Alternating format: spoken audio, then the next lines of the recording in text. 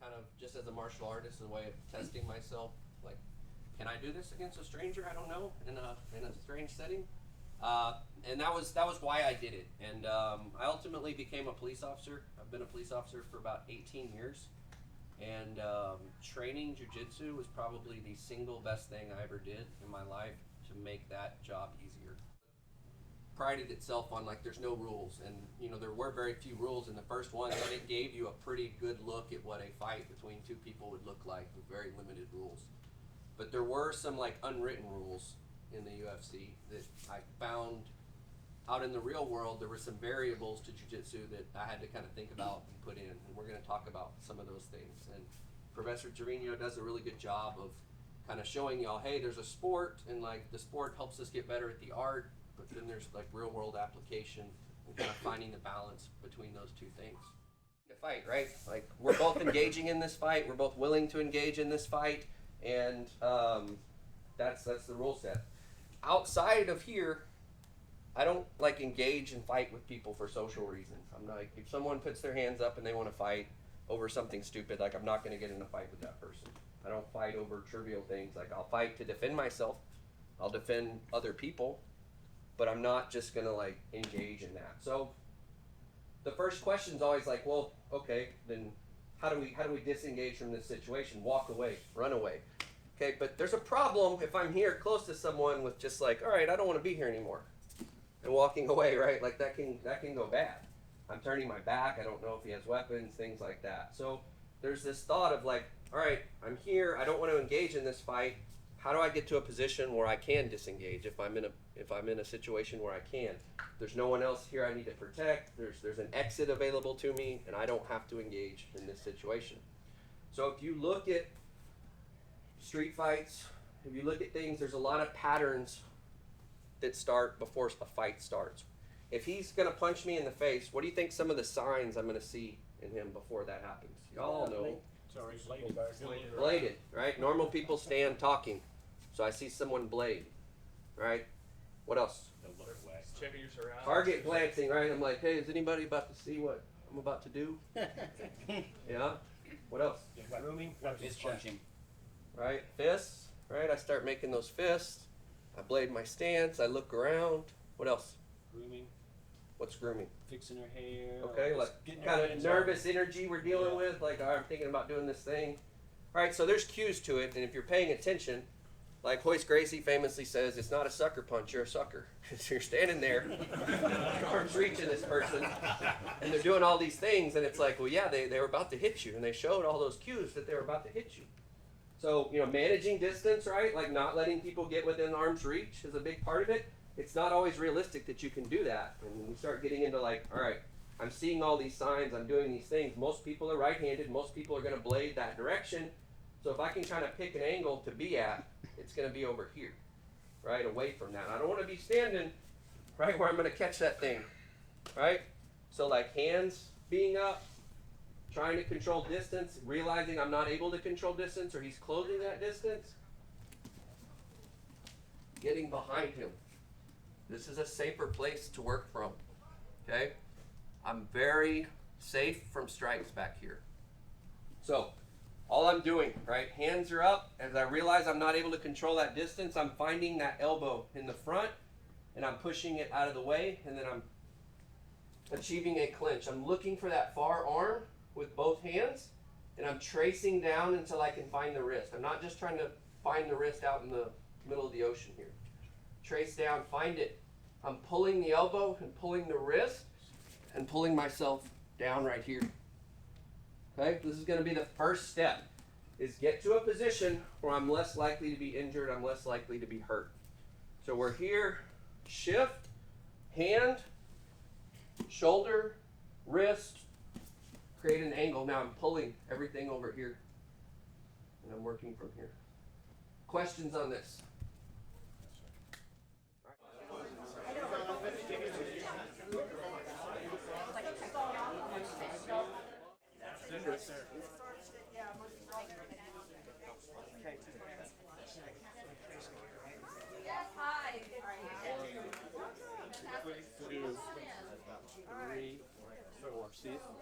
See here, because I don't know what he's going to do. Don't go double team because I don't know what's going to happen. In case you try to power. Yeah, try and hit elbow me, please. I can't elbow. Yeah, right.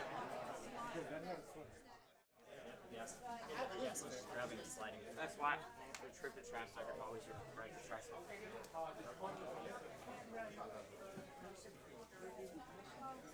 I love that too.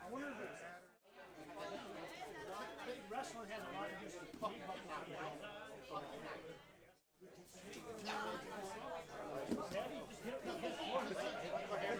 And he starts hipping in. He doesn't have a post this way now, right?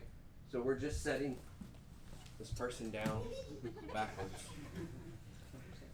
So remember, he leaves, I stay. So here, right? Most of the time, get good momentum and force. That first one's going to work. I'm going to be able to just drive him down that direction. But I have to realize if he's savvy to that and he's able to counter his balance and stop it, I can't keep driving that way. He can post that way, he can post that way, but he has nothing to post with back here.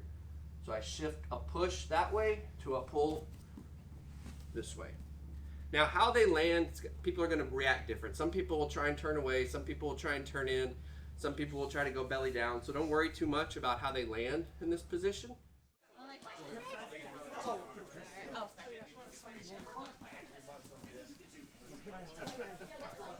You didn't grab my iron. I know, it's okay. Oh, there you go.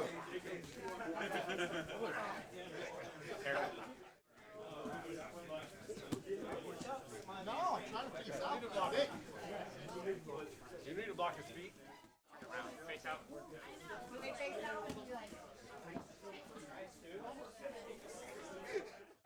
Nunchuck. Ninja stars. Throwing stars. So like modern society, you know, we have a lot of ancient things, but knives, a lot of people carry knives for arms for various reasons. Pepper spray, does anybody think people carry pepper spray? Yeah. Tasers, civilian version, stun guns, things like that. So people carry a spectrum of weapons. So that's something I have to consider. And this position here puts me in a spot where I kind of have close access to the places weapons are usually kept, which is pockets or waistband, right? So I have that ability to kind of limit his ability to access those areas and at least monitor it and be aware of it. So if there is, or I think there's a weapon, I don't necessarily want to let go of this arm and disengage, depending on what the weapon is, right? Do I have weapons? That's the other variable, right?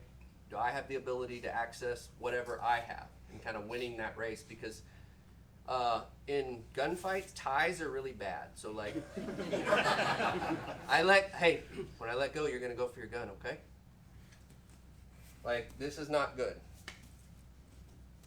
So, having the ability to take someone down and control them may be something we need to do. First takedown, boom, I start snapping, getting down, right? I may want to keep that arm and keep it pinned here. I'm in a really good position. I want to keep my weight kind of centered on his hips, and I use this other leg out as a tripod. I'm controlling his hips, and I want him to get up. If he is able to free this arm and it starts to come out, then I still want to get some type of inside control on it, just to have that variable there. Controlling that arm. See how my arms are intercepting his arms from grabbing anything? This is where I want my arms. Okay, so I have that dominant arm. I have weight on the hips. My knee is mirroring his. So if he comes up and starts getting a base, right, I'm in a position where I'm controlling him and controlling his arms. You can strike pretty effectively from here, knees, elbows, punches, things like that.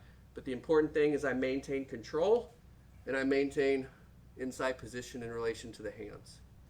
So one more time. I get that angle, I control his dominant arm, I start dragging him down to the ground. Ideally, I can just keep this thing pinned here. But if he does start to get up and I start to lose it, I'm still wanting to get inside and control. Keeping chest to back pressure and maintaining inside position.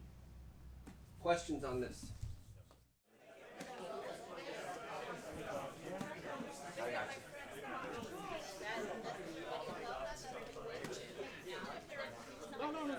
If I'm here like this, and I'm just really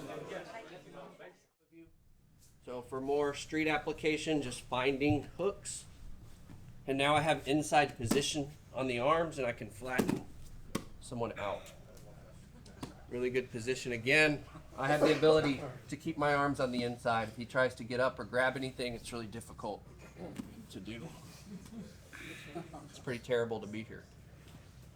So from the beginning, boom.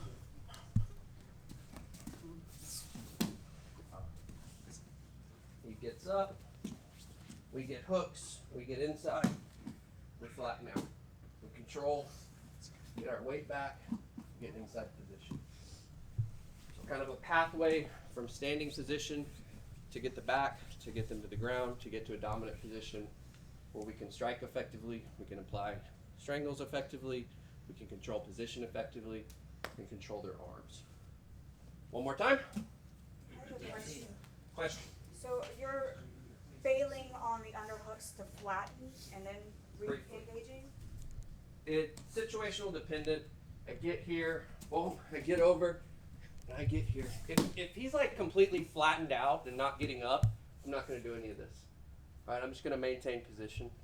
It's when he's starting to get up and I'm like, uh-oh, I'm losing control here. All right, I start hooks. I kind of keep them here, but sometimes you need to come out to like push your hips back. But ideally, I keep inside and I flatten and maintain inside position. Let's give it a try. 1, 2.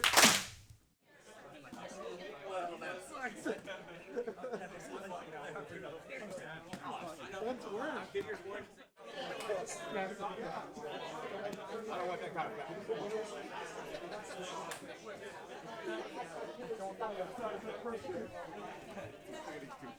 You got yourself set.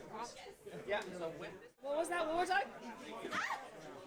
I was like, what is she? Who is she? Mean mugging over there? Oh. This position here, if I decide I don't want to be on the ground fighting with this person anymore, like, oh, his friend's coming out of the house with a knife. Okay, I'm going to disengage pretty quickly from there. If I have hooks and I have him flattened out and I have all these controls, it's going to take me longer to get up from here because my feet are trapped, right? Like I can eventually work my way out and get up, but it's a trade-off. Anytime you're like really connected to someone, you're going to have more control over them, but it's also going to be harder to disengage. And then again, whether you decide to apply a rear naked choke, whether you decide to break an arm, whether you decide to use like submissions, you know, they have to be reasonable in the circumstance. So that's just kind of one example of a standing to ground using jiu-jitsu and wrestling. Do I try and stay connected and go to mount? If so, I'm going to let him roll and just control from mount. If I'm like, I don't know if I can control this person, maybe I shouldn't. As he starts to turn, like, okay, cool, I'm going to get up.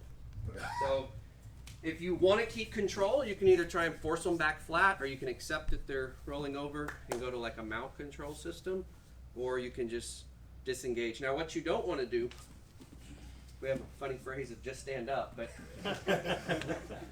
so if he's on his side, this can go bad. Like this can go wrong. He has my legs. He's under my center of gravity. So you don't want to disengage by just standing up over someone. You would want to go to like a knee on top position to try and do it.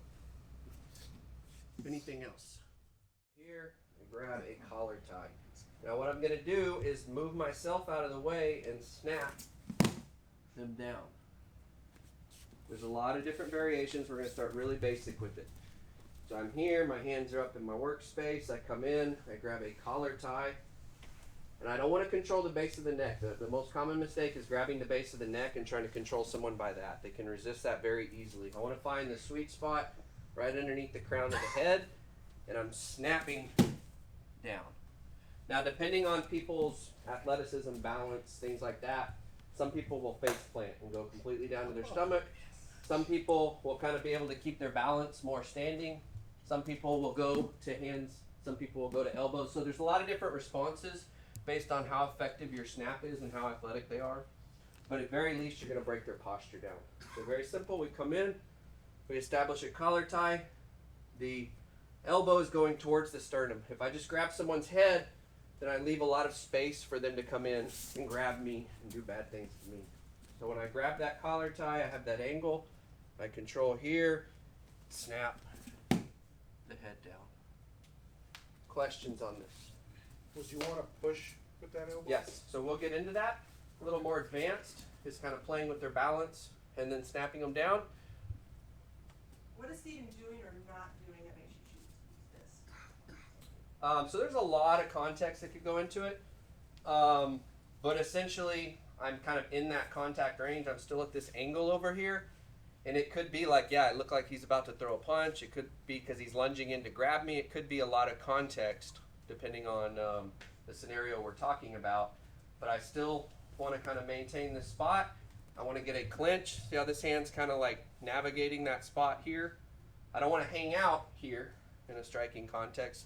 But in application, this should be more like just grabbing a hold of someone and snapping them down. She's a photographer.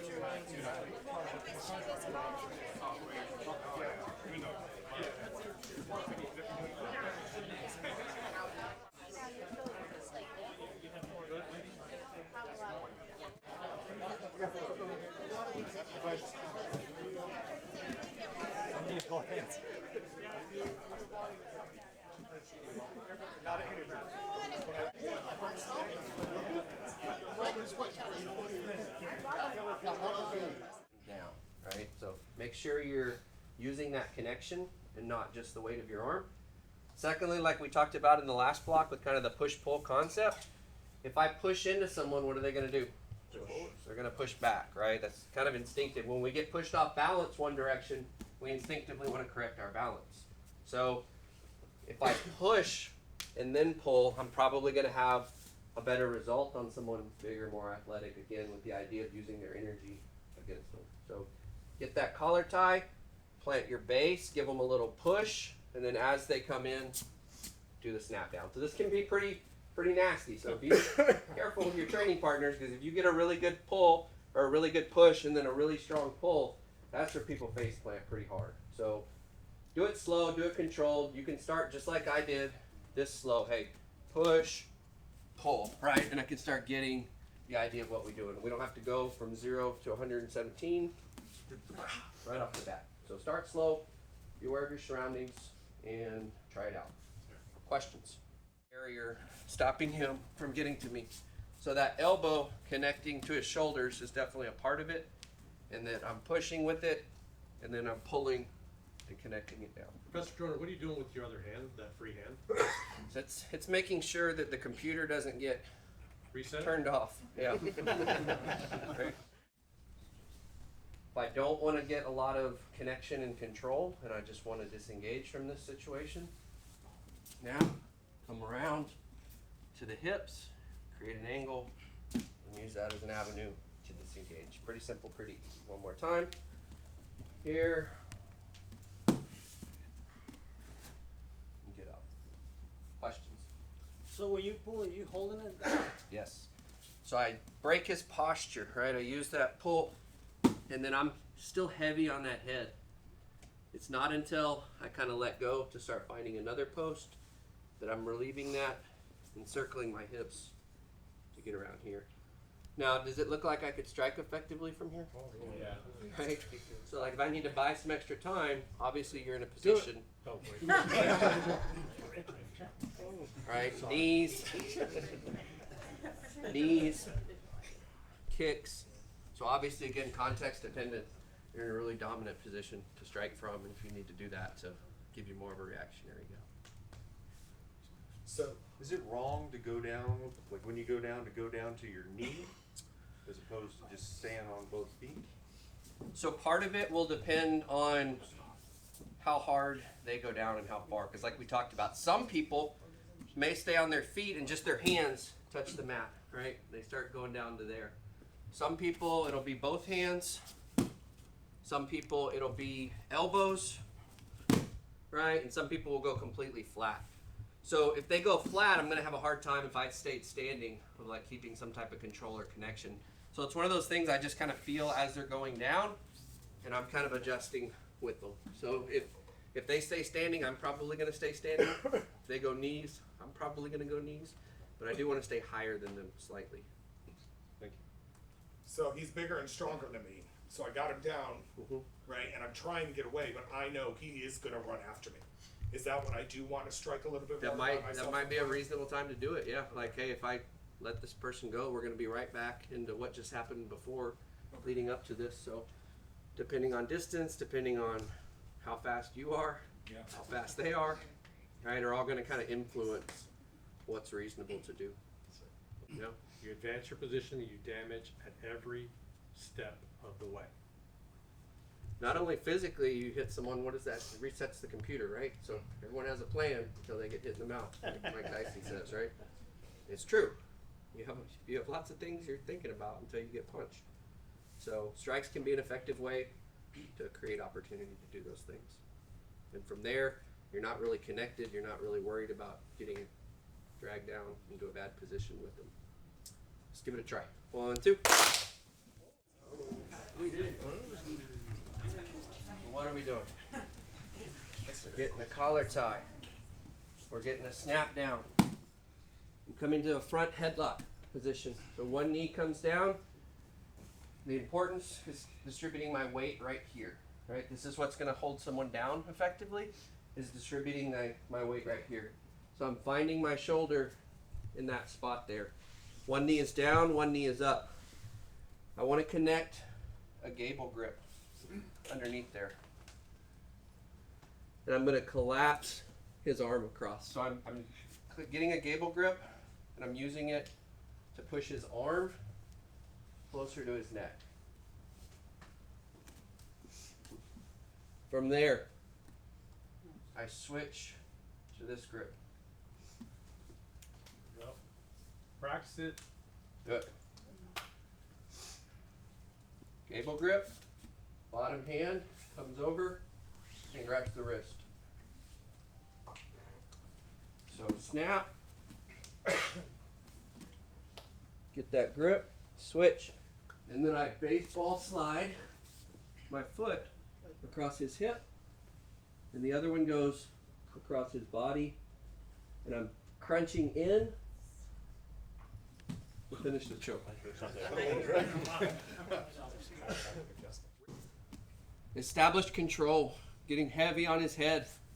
If he's driving in, it's going to be really hard to drive me over from this position. Once I lock those hands, if he's trying to back away, it's going to be really hard for him to get away from me. So I establish that connection and control. Let's rotate. Gable grip. I pinch that arm in. I switch. I'm giving exaggerated space so y'all can see what I'm doing. Slide in, hook, hook, squeeze. Professor, what's this called? We don't really have names for things in Jiu-Jitsu. It's a guillotine choke of some type. American thing, maybe. So it's actually more like an arm triangle than a guillotine. Is affecting the carotid artery on this side, and my arm is affecting it on the other side. And we'll talk about why I choose this one in a little bit, but I want y'all to get some reps. Getting your snap down, establishing your front headlock, collapse the arm, switch the grip, slide in. So be careful with this one, because when you do it full speed, the choke comes on really fast, right? Because all your body weight drops and it just applies. So do it slow. Make sure you're communicating with your partner and they can feel it. So this one come under.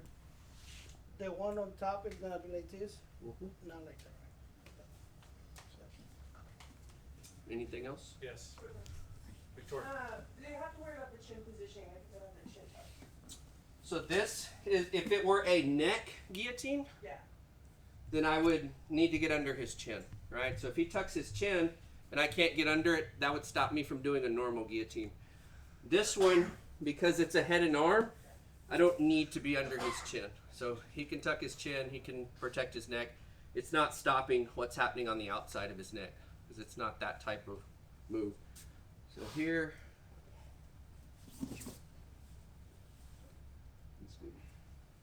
question. All right, are you, the squeezing to finish, is it your elbows or pulling up? Okay. Squeezing up, pulling elbows in. All right, if anyone's not feeling it, we can give out free samples. May I ask a question real quick, Trev? Like, from a tactical perspective, when we're talking about like self-defense, you're sort of conceding to your back. Are you electing to do this because you've gotten to this spot and maybe you feel like you're going to get driven over anyway? So or is I that- will hit on that heavily next. Okay, thank you.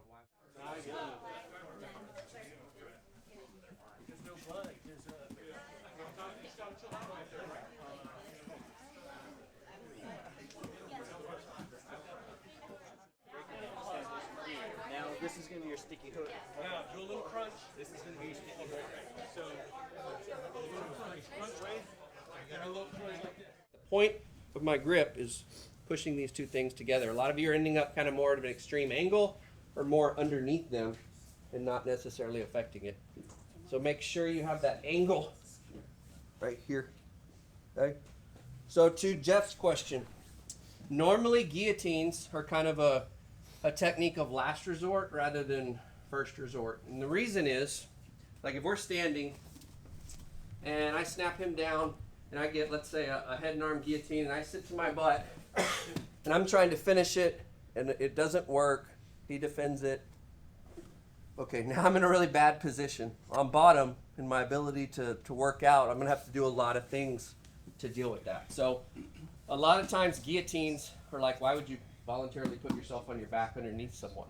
Okay, when they work well, and when they don't, you end up in bad position with tired arms. So the thing with this one is if I am working it and it's not working, I'm like, okay, I've been squeezing, he's either just defending it well or it's not happening. Cool. I'm in a position I can get up because I'm not really underneath him. If you look, he's not really on top of me. I'm on his side. And I'm past his arms and I'm past his legs. So it's a position where if I want to disengage or it's not working, he's not on top of me in a dominant position. So that goes to our first point. We're going to practice. If it's not working, or let's say his head pops out. Uh-oh. Okay? Again, I'm finding a control point. I'm coming up and I'm getting up. I'm not going to stay on my back and fight from guard if I don't have to. So from the beginning, we do our snap down. We get our front headlock control. We sit for our guillotine. I'm keeping it loose on purpose. Maybe my grip wasn't right. Maybe I did something wrong. Boom, his head pops out. Grab that tricep. Use momentum. Just sit up and kind of get to that position that we worked earlier, right? We're kind of in that same position we worked with the first series. So do it slow. Snap your partner down. Make sure you have that good angle where you're on your side and not underneath them. When their head pops out, drag like you're doing an arm drag. Use momentum and come up and get to the position we worked in the last series. Questions? Jiu-Jitsu teaches to get a seat belt or to attack rear naked chokes or things like that from here. So he's probably going to close these two areas off if he feels me trying to get that.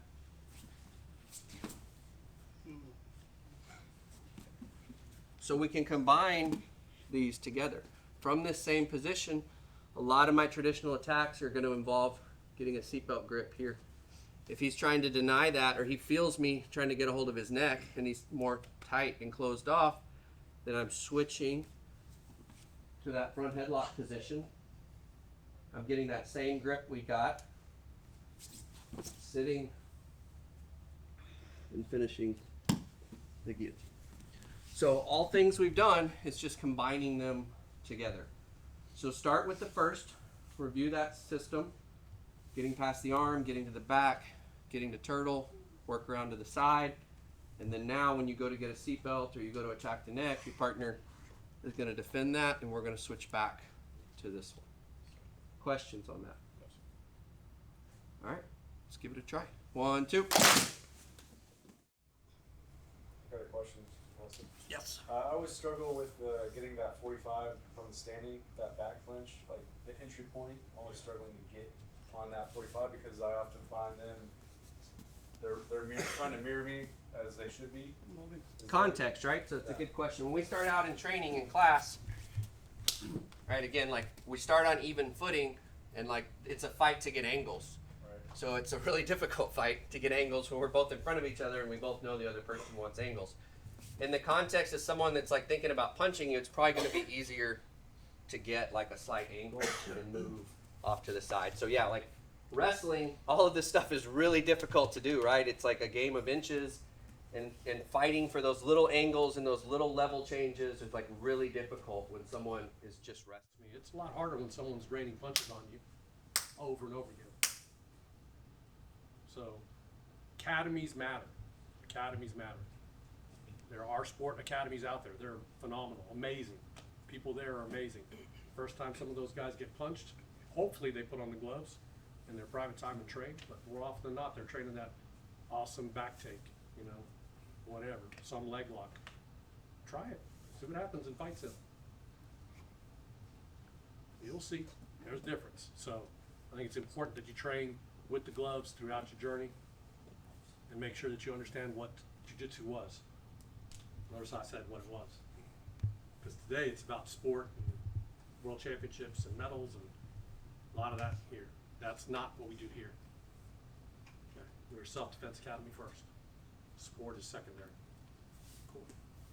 You might want to know it, understand it, but hey, if people are getting catastrophically injured doing this thing, like, okay. But that's not always the reason things are banned in sports. Because sports want viewers. So excitement brings viewers. So they sometimes tweak the rules and change things to make the matches more exciting and crowd friendly. So they encourage things that are high risk, but those are also, you know, high risk, high reward things are exciting to watch. They're fun to do. They're important to do in here. Like, oh, cool, I lost position and end up on bottom. I get to practice, you know, fighting off my back. So, I really do appreciate y'all coming. I love that you train Jiu-Jitsu. Like I said, I honestly believe it saves lives, and I think in my experience it has saved lives. And if the world, if everyone did Jiu-Jitsu, it would be a better place. So keep spreading the word and bringing your friends. And you know, people are like, "Are you ever going to stop talking about Jiu-Jitsu?" It's like, no, I'm not. I know you've heard it. I know you've heard it a million times. You're going to continue to hear it again. So keep working on people. Again, thank you again.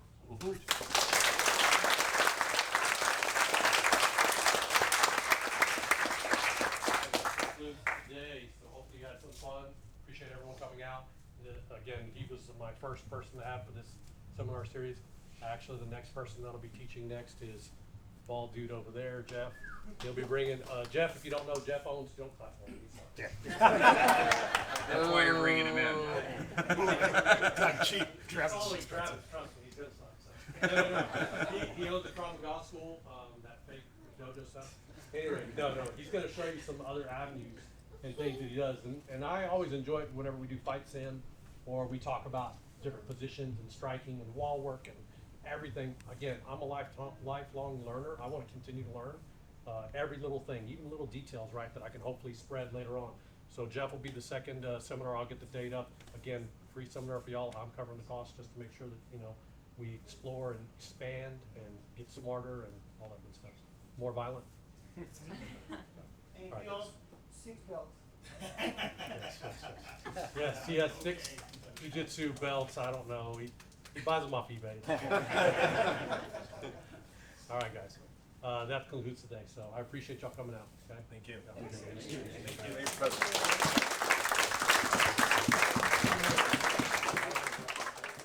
Hey Jeff, tell me what you thought about the Professor Joyner seminar. Oh man, it was so good. I've known Professor Joyner for a long time. He's absolutely top notch, so it's just really exciting to get more time with him. What'd you think, Lou? Absolutely beneficial. Self-defense all the way. Rose, what did you think about the Professor Joyner seminar? It was awesome. I learned a whole bunch of new things. Definitely some challenging moves for me as a newbie, so to speak, in the Jiu-Jitsu world, but absolutely thankful for him to come and spend his time out here talking to all of us and giving us some new techniques to use out on the streets if we need them. Hey, Ryan, how's it going? What do you think about the Professor Joyner seminar? Oh, it's great. Professor Joyner's giving us real-world techniques we can use in self-defense, some little details that I never really thought about, and situation scenarios as well that are good things to think about. It's awesome. Ryan, what do you think of the Professor Joyner seminar? Oh, yeah, I love it. The guy's so knowledgeable. It's like real-life tactics kind of stuff. I just want to learn how to defend myself if I have to. Hey, what do you think about atomic? I think it's awesome, great instruction, great training environment to be able to handle yourself.